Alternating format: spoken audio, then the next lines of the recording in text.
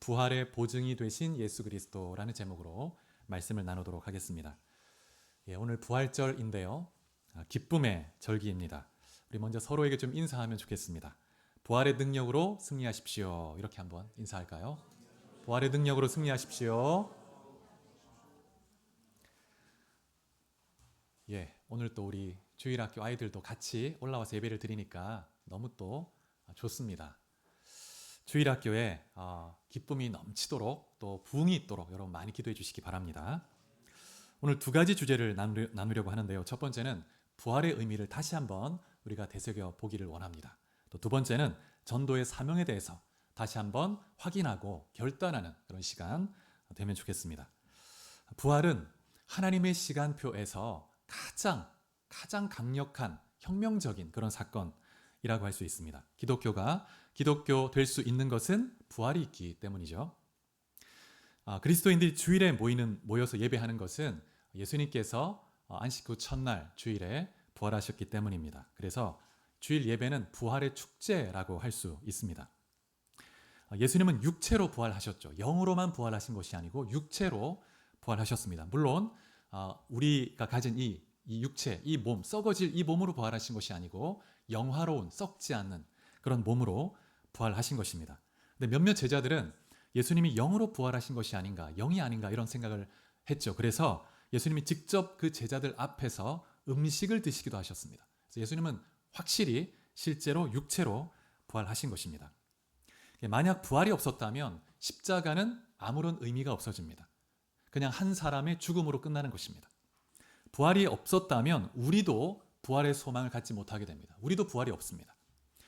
그리고 우리의 신앙은 허무한 것이 되고 정말 세상에서 가장 불쌍한 그런 어리석은 사람이 되는 것이죠. 그래서 부활이 없었다면 기독교는 그냥 한 성인을 기리는 철학이나 종교로 전락하게 되는 것입니다. 자, 그러면 부활이 어떤 의미가 있는지 우리가 다시 한번 네 가지 의미를 좀 되새겨보고 싶은데요. 첫 번째는 예수님의 부활은 예수님이 하나님의 아들이심을 증명합니다.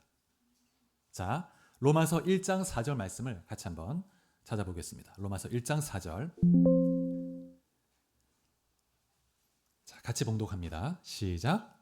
성결의 영으로는 죽은 자들 가운데서 부활하사 능력으로 하나님의 아들로 선포되셨으니 곧 우리 주 예수 그리스도시니라. 이 말씀에 보면 예수님이 부활하사 하나님의 아들로 선포되셨다 이렇게 말씀하고 있습니다. 부활은 선포적인, 선언적인 사건입니다. 그래서 예수님이 누구신지를 하나님께서 온 세상 앞에 공식적으로 밝히는 선언 같은 것입니다.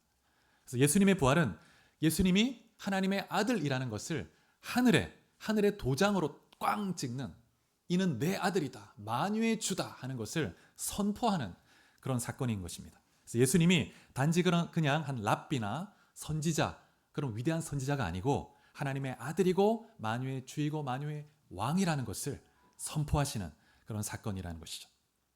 그 다음에 두 번째 부활의 의미, 예수님의 부활은 십자가의 죽으심이 우리의 죄값을 지불하기 위한 대속적 죽음이었다는 것을 확증하는 것입니다.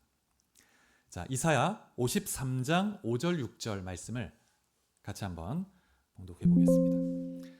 이사야 53장 5절 6절. 자, 시작. 그가 찔림은 우리의 허물 때문이요 그가 상함은 우리의 죄악 때문이라. 그가 징계를 받음으로 우리는 평화를 누리고 그가 채찍에 맞음으로 우리는 나음을 받았도다.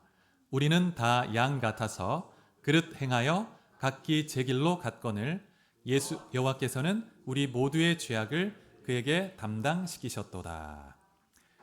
이사야 53장은 고난받는 종 메시아에 대한 예언의 말씀입니다. 그래서 정말 복음의 핵심을 딱 담고 있는 그런 장인데 메시아의 고난은 대속적인 고난이라고 말씀하고 있습니다. 그래서 여호와께서 우리 모두의 죄악을 메시아에게 담당시켜서 그를 죽게 함으로 우리를 속죄하는 그런 일을 하게 하신다. 그렇게 말씀하고 있습니다. 그래서 십자가는 단순한 어떤 경건의 모범이 아니고 죄인이 마땅히 받아야 되는 형벌을 메시아이신 예수님이 대신 받으신 것을 의미하는 것입니다. 그래서 십자가에서 하나님의 사랑과 공의의 그런 속성이 다 충족이 되는 것이죠. 그래서 복음이라는 것은 하나님께서 우리 대신 예수님을 벌하심으로 공의를 이루셨다는 것을 의미합니다. 그리고 이것은 실제적이고 법적인 선언인 것이죠. 법적 선포입니다.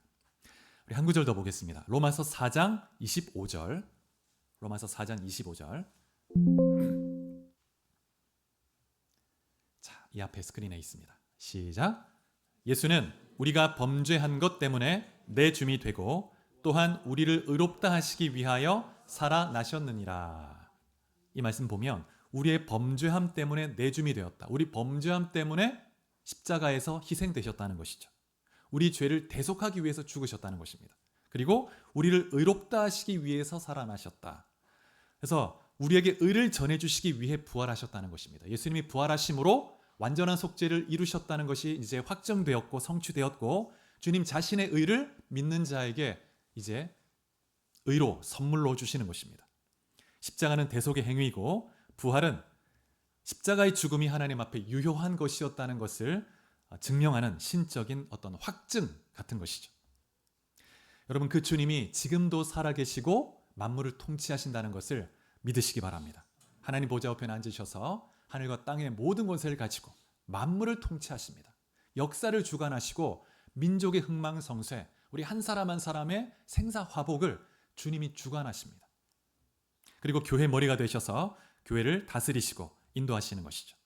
그래서 우리가 이 부활하신 주님을 믿고 따르는 것이 기독교의 신앙입니다. 세 번째, 예수님의 부활은 우리도 주님처럼 부활할 것을 보증하는 것입니다. 오늘 본문의 말씀 고린도전서 15장 20절로 23절을 보았는데 이 말씀 보면 20절에 예수님의 부활하심으로 잠자는 자, 즉 죽은 자, 예수를 믿고 죽은 자들 가운데서 첫 열매가 되셨다 이렇게 말합니다. 예수님은 부활의 첫 열매가 되십니다. 첫 열매라는 것은 수확의 시작이죠. 시작. 그리고 나머지 전체 열매의 대표가 됩니다. 대표. 그래서 이 첫 열매라는 것은 앞으로 더 많은 열매가 반드시 있을 것을 확증해 주는 거죠. 보증해 주는 것입니다. 그래서 예수님의 부활은 추수의 시작이고 더 많은 열매가 있을 것을 보증해 주는 것입니다. 그런데 23절에 보면 부활에는 순서가 있다고 말합니다. 먼저 그리스도가 부활하시고 두 번째 주님이 재림하실 때 주님에게 속한 자, 성도들이 주님처럼 부활하게 된다는 것입니다. 그래서 예수님의 부활은 나의 부활을 보증합니다. 나도 부활하겠구나. 나도 주님처럼 영화로운 몸으로 다시 살아나겠구나. 이것을 우리가 확신하게 되는 것입니다. 여러분, 보증이라는 것은 어떤 것이 틀림이 없음을 확증하는 겁니다. 그래서 예수 그리스도의 부활을 믿고 따르는 모든 성도들의 부활을 그리스도의 부활이 확증해 주는 것이죠. 담보의 역할을 하는데 이 담보로 우리에게 주신 것이 성령입니다. 성령을 우리 안에 주셔서 우리가 주님처럼 부활할 것을 확증하는 겁니다. 도장을 꽝 찍는 거죠. 변함이 없습니다. 취소되지 않습니다. 영원한 것이죠. 그래서 이 그리스도의 부활은 하나의 놀라운 기적에 지나지 않는 것이 아니고 새로운 창조의 시작, 새로운 시대가 열리는 것입니다. 하나님의 역사의 시간표에 있어서 이제 옛 시대, 새 시대, 새로운 창조의 시대가 열리는 것입니다. 자, 우리 말씀을 하나 더 보겠습니다. 빌립보서 3장 20절 21절. 빌립보서 3장 20절 21절입니다.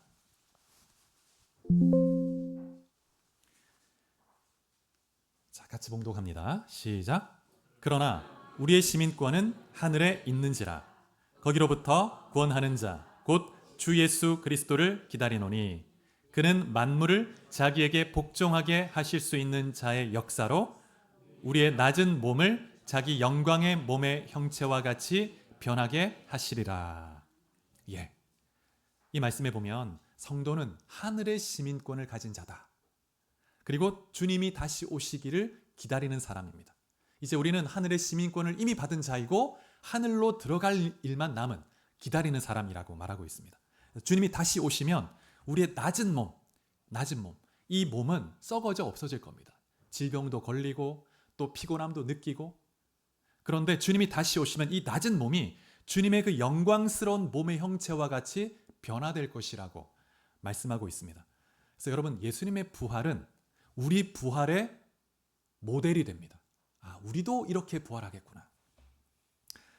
여러분, 예수님을 믿는 성도들은 주님이 다시 오실 때 썩지 않는 몸으로, 병들지 않는 몸으로, 피곤치 않고 죽지 않는 그런 영원한 몸으로 주님처럼 변화되는 것입니다. 우리는 그러한 소망을 가지고 이 땅에서 믿음 안에 살아가는 것이죠.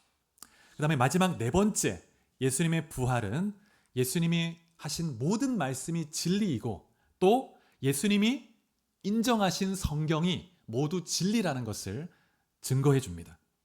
여러분, 예수님은 공생의 기간 내내 여러 차례 자신이 십자가 순환을 당하고 죽으시고 다시 살아날 것을 여러 차례 예고하셨습니다. 예언하셨죠. 수차례 말씀하셨습니다. 그리고 주님은 그 예고하신 대로, 말씀하신 대로 죽으시고 말씀하신 대로 살아나신 것입니다. 그래서 부활은 예수님이 하신 모든 말씀이 진리라는 것을 확증해 줍니다. 사실이고 진리고 생명인 것이죠. 그래서 우리가 하나님의 말씀을 붙들고 따라갈 때 생명의 은혜와 진리의 말씀을 경험하게 됩니다. 정리하면 부활은 선언적 사건으로서 예수님이 하나님의 아들이심을 확증하고 예수님의 십자가 죽음이 대속적 죽음이라는 것을 증명해 줍니다. 그리고 예수님의 부활은 우리도 그와 같이 영화롭게 변화될 것을 보증해 주고 또 하나님의 말씀이 진리라는 것을 증거해 주는 것이죠. 그렇다면 예수님의 이 부활을 믿고 부활의 생명을 소유한 사람들은 어떤 특징이 있는가? 어떤 삶을 살아가는가? 두 가지 특징이 있습니다. 첫 번째, 예수님의 부활 생명을 소유한 사람은 고난과 역경이 있어도 낙심하지 않고 부활의 소망으로 승리합니다. 여러분, 성도의 삶은 십자가 고난으로 끝나지 않습니다. 예수님의 십자가 부활은 우리 삶의 모델이 됩니다. 우리의 삶에는 항상 십자가가 있지만 부활이 있습니다. 부활이 따라오는 거예요. 십자가로 끝나지 않습니다. 여러분의 삶에 어떤 고난, 역경, 어려움이 있습니까? 부활의 반전이 있을 것이라는 것을 믿으시기 바랍니다. 소망하십시오. 여러분, 사도 바울은 그의 삶 속에 무수한 고난과 핍박을 받았습니다. 여러분, 바울이 그렇게 많은 고난과 핍박, 역경 속에도 낙심하지 않고 주님의 사역을 감당할 수 있었던 것은 영원한 부활에 대한 소망이 있었기 때문이죠. 바울의 고백을 한번 들어볼까요? 고린도후서 4장 18절 19절. 고린도후서 4장 18절 19절입니다. 자, 같이 봉독합니다. 시작. 우리가 주목하는 것은 보이는 것이 아니요 보이지 않는 것이니 보이는 것은 잠깐이요 보이지 않는 것은 영원함이라. 여러분, 눈에 보이는 고난, 또 눈에 보이는 영화, 이 땅의 영화, 잠시 있다가 사라질 것입니다. 이 또한 지나가리라. 고난도 영화도 금방 지나가 버리고 없어지는 것입니다. 그러나 장차 천국에서 누릴 영화는 영원합니다. 영원합니다. 지혜 있는 자는 영원한 것을 붙들 줄 아는 사람이죠. 그래서 정말 사도 바울은 현재 정말 주의 발자취를 따라가면서 십자가의 고난이 있었지만, 역경이 있었지만 그는 믿음으로 고백하기를 이것은 금방 지나갈 것이다. 이것은 잠시 있다가 없어질 것이다. 그러나 천국은 영원할 것이고 하나님이 반드시 나에게 영원한 것으로 보상해 주실 것이다. 그런 믿음으로 걸어가는 것입니다. 그런 소망으로 살아간 것이죠. 여러분, 주님은 그 영원한 부활의 승리를 저 천국에서만이 아니라 이 땅에서도 경험하게 하십니다. 부활의 생명 가운데 부활의 반전을 성도의 삶에서 경험하게 하시는 거죠. 여러분, 여러분의 삶 속에 정말 너무나 고통스럽고 힘든 상황이 있습니까? 주님께 주님 부활의 능력으로 반전의 역사, 저 천국의 부활의 생명을 이 땅에서도 맛볼 수 있게 해주십시오. 이렇게 기도하시기 바랍니다. 주님이 역사하실 것입니다. 두 번째, 예수의 부활 생명을 가진 자는 땅의 것이 아니라 하늘의 것, 썩지 않는 것, 영원한 것을 구하며 살아가죠. 골로새서 3장 1절을 찾아보시겠습니다. 골로새서 3장 1절.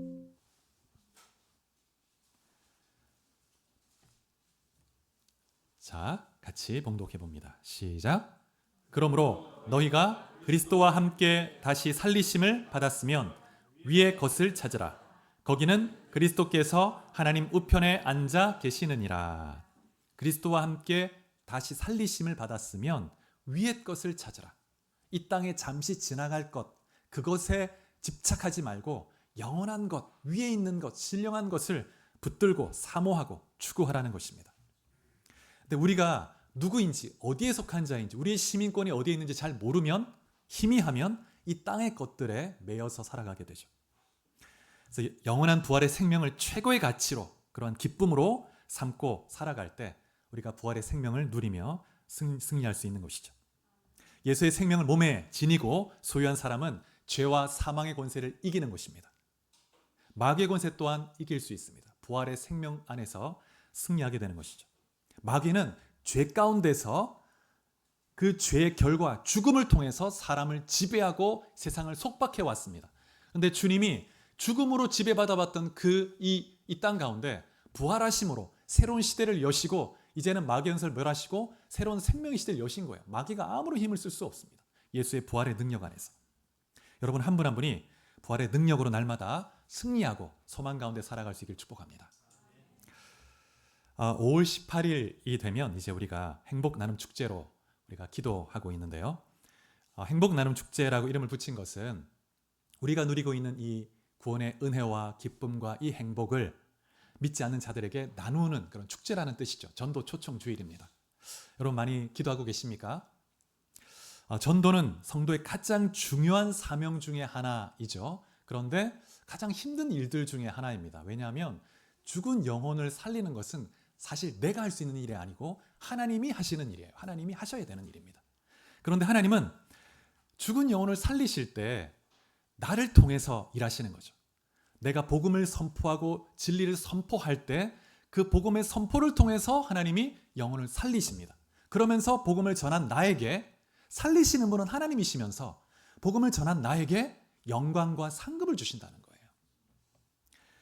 어제 오전에 이제 서재에서 이렇게 말씀을 준비하고 있는데 똑똑똑 이렇게 문을 보통 이제 벨을 누르는데 뭐 택배가 오면 벨을 누르고 그냥 가거나 하는데 똑똑똑 두드리는 거예요. 그래서 나가서 누구세요? 이렇게 물어보니까 아마 이단인 것 같아요. 그래서 이제 좋은 소식을 전하러 왔다고 하면서 이렇게 얘기하는데 그런데 막 밖에서 막 얘기를 자꾸 거는 거예요. 예, 괜찮습니다 하면서 이렇게 친절하게 괜찮습니다 했는데 이렇게 돌려보냈습니다. 계속 말을 하더라고요. 돌려보내고 다시 서재 와서 앉았는데 참 이게 도전이 되더라고요. 요즘에 누가 아파트 문 두드리면서 전도를 누가 합니까? 그죠? 그런데 이 사람들이 그것이 진리인 줄 알고 생명인 줄 알고 이렇게 열심히 아파트 층층 다니면서 하는 거잖아요.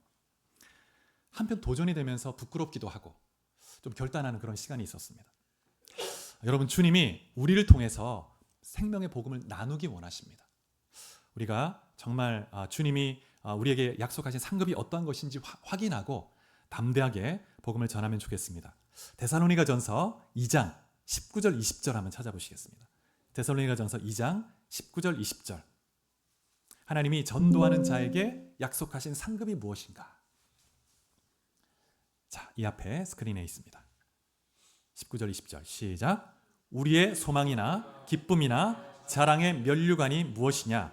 그가 강림하실 때 우리 주 예수 앞에 너희가 아니냐? 너희는 우리의 영광이요 기쁨이니라. 이 말씀에 보면 바울이 고백하기를 주님이 다시 오실 때 자신이 전도한 그 영혼들이 주님 앞에 영광과 자랑의 면류관이 된다는 거예요. 주님 앞에 설 때 내가 주님 앞에 자랑할 수 있는 자랑의 면류관이 된다는 겁니다. 여러분 한 영혼 한 영혼 복음을 증거했던 정말 구원 받은 그 한 영혼 한 영혼이 내게 주어진 상급이 됩니다. 상급이. 우리 한 구절 더 보겠습니다. 고린도전서 3장 6절에서 8절입니다. 6절에서 8절. 고린도전서 3장 6절로 8절 같이 봉독해 보겠습니다. 자, 시작. 나는 심었고 아볼로는 물을 주었으되 오직 하나님께서 자라나게 하셨나니 그런즉 심는 이나 물 주는 이는 아무것도 아니로되 오직 자라게 하시는 이는 하나님뿐이니라. 심는 이와 물 주는 이는 한 가지이나 각각 자기가 일한 대로 자기의 상을 받으리라. 아멘. 여러분 복음 전도는 공동체적인 사역이다 이렇게 말할 수 있습니다. 그래서 각자가 담당한 몫이 있습니다. 그리고 그 각자에게 상급을 주신다고 말씀합니다. 어떤 사람은 복음의 씨앗을 뿌릴 겁니다. 모두가 복음의 씨앗을 뿌려야 합니다. 그런데 다 뿌린 그 자에게 곧바로 열매를 거두지 않을 수 있습니다. 내가 뿌린 그 씨의 열매를 다른 사람이 거둘 수도 있고 그 열매가 맺지 못할 수도 있습니다. 어떤 사람은 그 사람에게 그리스도인으로서 기도하고 사랑을 베풀 수 있습니다. 사랑의 그런 섬김으로 복음을 전하는 거죠. 그리고 어떤 사람은 실제 복음을 전했는데 즉시 그 영혼이 변화돼서 추수를 하기도 합니다. 그런데 추수한 그 사람만이 아니라 늘 씨를 뿌리고 사랑의 섬김으로 베풀고 그리고 기도한 그 영혼들 각자에게 하나님이 상급을 주시겠다는 거예요. 그래서 여러분 낙심하지 않고 부지런히 복음을 전하고 전도의 대상자를 위해서 기도하십시오. 하나님이 나를 통해서가 아니면 누군가를 통해 전도되게 하실 거예요. 그러나 아무런 씨도 뿌리지 않으면 아무것도 없습니다. 반드시 씨를 뿌리면 그러면 하나님이 또 우리가 뿌리지 않은 다른 영혼을 또 보내주시는 거죠. 하나님 나라의 법칙입니다. 그래서 여러분 전도자가 정말 헌신하고 희생하고 수고하고 섬길 때 하나님이 기억하시고 반드시 보상하신다는 것, 상급을 주신다는 것 기억하시기 바랍니다. 여러분 잃어버린 아들, 지난 금요일에 우리 예수 영화 Son of God이라는 영화를 보았는데 여러 장면이 새롭게 와닿았습니다. 그 중에 한 장면은 마리아가 참 특별하게 와닿았는데 마리아는 참 독생자 아들 하나님을 잉태한 그런 특권을 누렸죠. 그리고 그 아들을 양육하고 마리아에게 있어서는 그 예수님은 하나님이기도 하지만 또 아들이기도 합니다. 실제 아들인 거예요. 근데 그 아들이 죽는 그 고통, 아들이 죽어가는 고통을 보는 그 엄마로서의 그 마리아 어떤 마음일까 참 많이 와닿았습니다. 여러분 그 아들을 잃어버린 영혼에 대한 아버지의 마음을 아는 것 이것이 너무나 중요합니다. 하나님이 잃어버린 영혼을 인해서 얼마나 아파하시는가를 알고 그 하나님 마음을 조금이라도 위로해드리고 내가 뭘 할 수 있을까 그렇게 섬길 때 하나님이 너무나 기뻐하시는 거죠. 그리고 하나님이 축복해 주십니다. 자 그러면 우리가 전도할 때 어떤 마음을 가져야 할지 좀 마음의 자세를 좀 생각해 보고 싶은데요. 이와 관련해서 누가복음 5장 18절 19절을 찾아보겠습니다. 누가복음 5장 18절 19절.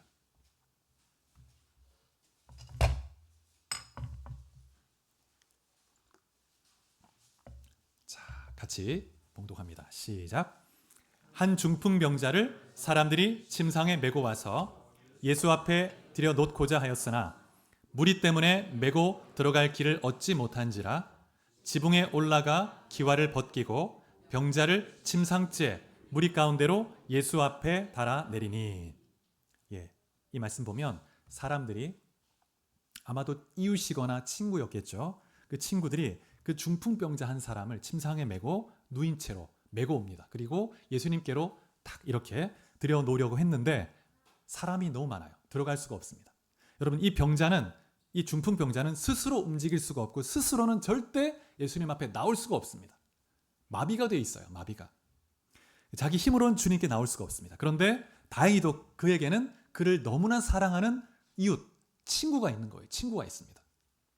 그래서 이들은 예수님을 아는 사람들이었고 침상째 메고 주님께 나온 것입니다. 근데 사람이 너무 많아서 들어갈 수가 없습니다.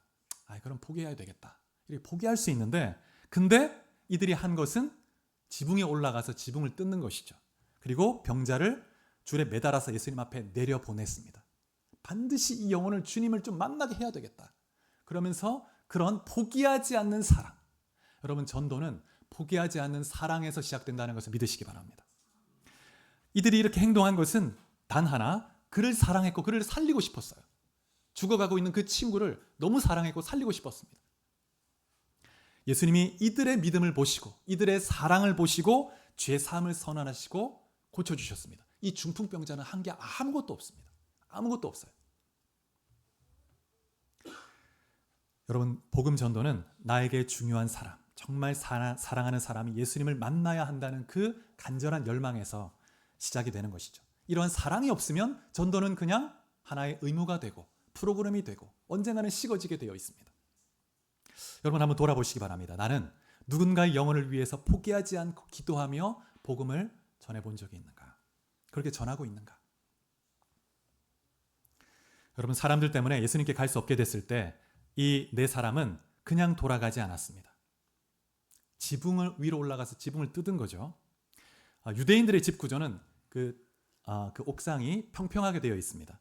지붕에 진흙으로 덮어서 기와로 되어 있는데 그것을 이렇게 뜯어내고 진흙을 뜯어낸다는 것은 지붕을 망가뜨리고 집을 망가뜨리는 행위입니다. 집 자체를. 천장이 무너지는 일이잖아요. 그럼에도 불구하고 이 사람들은 이 친구를 살려야겠다는 그 사랑 때문에 담대히 올라가서 그 상대에게 무례함을 줄 수도 있고 손해배상 청구서를 받을 수도 있지만 이 영혼을 살려야 되겠다는 그 하나의 마음으로 지붕을 뜯은 거예요. 그런 간절함이 있었습니다. 여러분, 어떤 면에서 보면 지붕을 뜯는다는 이 생각은 저는 좀 생각해 볼 때 너무 창의적이지 않은가 이런 생각을 해보았습니다. 야, 어떻게 이런 생각을 했을까? 여러분이라면 어떻게 했겠습니까?